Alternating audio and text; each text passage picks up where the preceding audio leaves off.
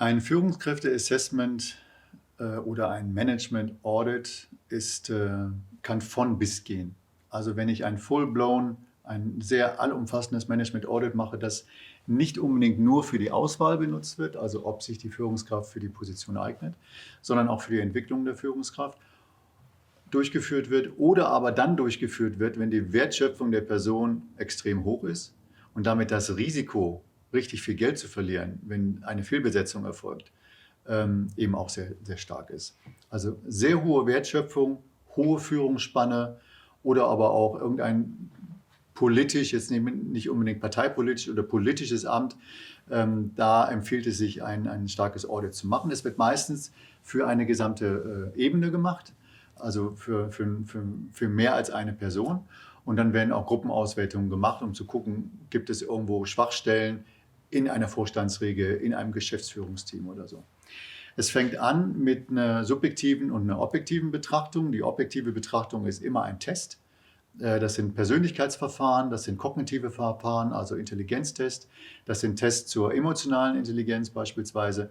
Objektiv in dem Sinne, dass keiner dazwischen sitzt. Es ist kein Mensch, der ein Assessment durchführt, sondern man füllt einen Fragebogen aus. Insofern kann der Mensch auch nicht das Ergebnis beeinflussen. Und es ist normativ ausgewertet. Das heißt, ich kann es gegen eine Normstichprobe auswerten und dann bin ich eben im 80%-Rang oder im 20%-Rang einer Normalverteilung.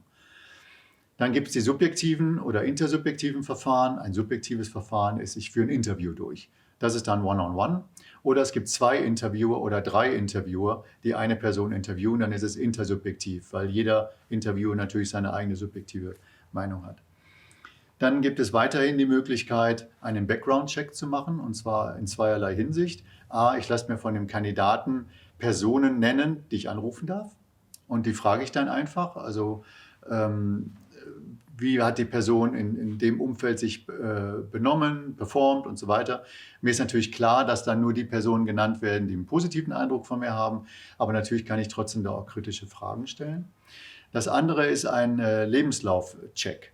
Denn wenn zum Beispiel im Lebenslauf steht, Associate Partner oder Partner in einer Beratungsfirma im Jahre XY, dann kann das wahnsinnig wichtig gewesen sein, weil zu dem Zeitpunkt gab es eine Rezession und da war man sehr knauserig mit Beförderungen oder es gab ein wahnsinniges Wachstum in der Wirtschaft und da wurde jeder Knallkopf zum Partner befördert. Und es gibt Firmen, die haben sich darauf spezialisiert, Lebensläufe entsprechend eben zu analysieren, was für einen Wert hat eine Beförderung, eine Position in einer bestimmten Zeit dieses Unternehmenszyklus.